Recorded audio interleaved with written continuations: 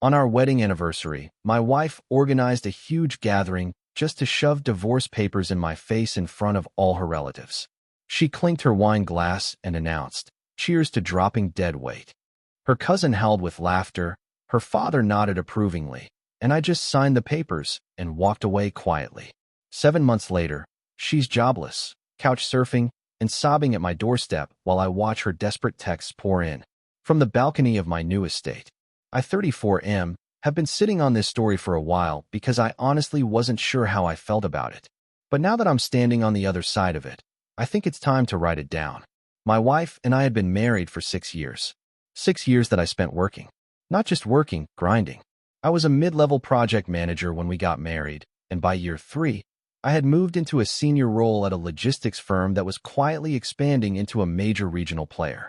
I put in 12-hour days, weekends, early mornings. Not because I was chasing money for its own sake, but because I genuinely believed we were building something together. A future. A foundation. She had a decent job in marketing, and I never pressured her to do anything more or less than what she wanted. Her money was her money. I handled most of the bills, the mortgage, the car loans. Not because she couldn't contribute, but because I wanted to. That was my mistake. When you quietly absorb all the financial weight of a household, the other person stops feeling the weight at all. They start to think it was never heavy to begin with. About a year before everything fell apart, things had quietly shifted in ways I couldn't immediately name. She became colder, more secretive with her phone. She started spending more weekends at her parents' place, always with some vague reason. Her mother needed help with something, or her cousin was visiting. I didn't dig into it. I was busy, yes, but I also just trusted her. That was another mistake. Our 6th anniversary landed on a Saturday in mid-October. She told me 2 weeks in advance that she had planned something special, a small gathering at her parents' house to celebrate. Her exact words were that she wanted to do something meaningful with the people who mattered. I thought it was a little unusual. Most couples celebrate alone, or maybe with close friends, but I told myself it was a cultural thing. Her family was close-knit. I bought a new shirt. I even got her a card. I walked into that house, and the first thing I noticed was that it was not a small gathering. There were maybe 30 people there. Aunts, uncles, cousins, family friends. Her whole social ecosystem, packed into the living room and spilling into the backyard. They all looked at me when I walked in. Some smiled. Most didn't.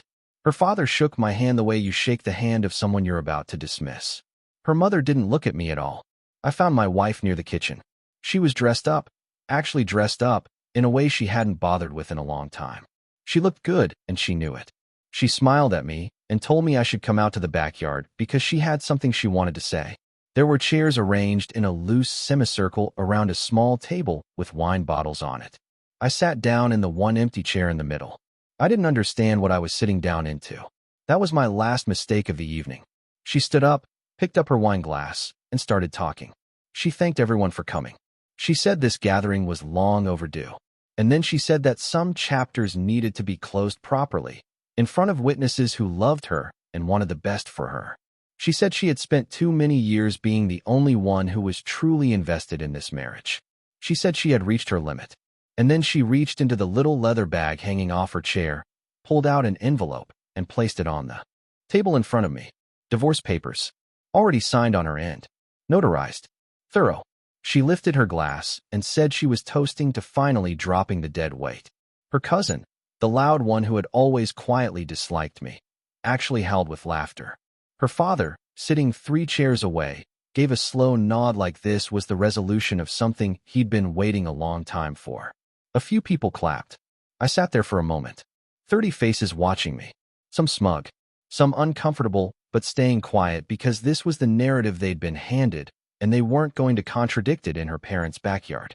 I picked up the pen that was already sitting on top of the envelope. I read through the documents. Not quickly, not nervously, just actually read them.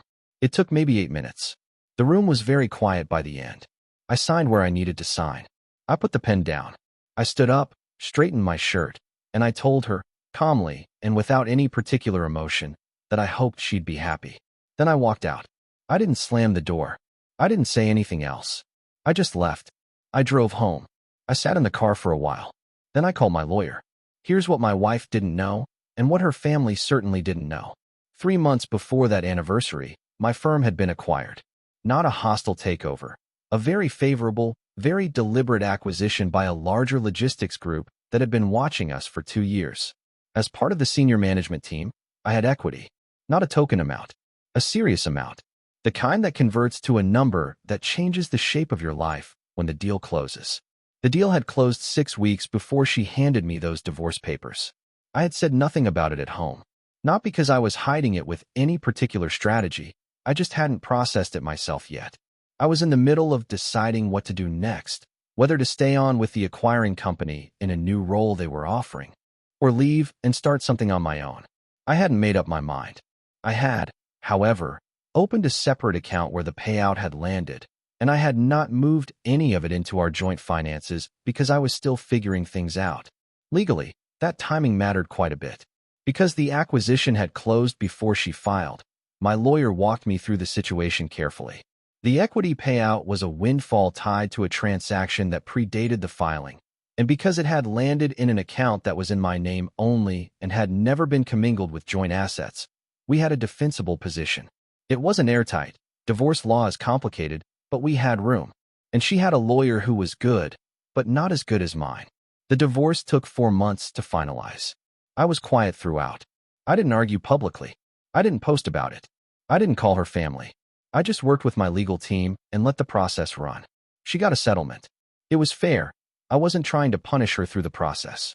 But she did not get what she would have gotten if she had waited, or if she had done things differently, or if she had just talked to me like a human being instead of staging a performance for an audience. She also lost her job 2 months into the divorce proceedings. Her company went through a round of cuts, and she was in the tier that went. I found out through a mutual acquaintance, not through her.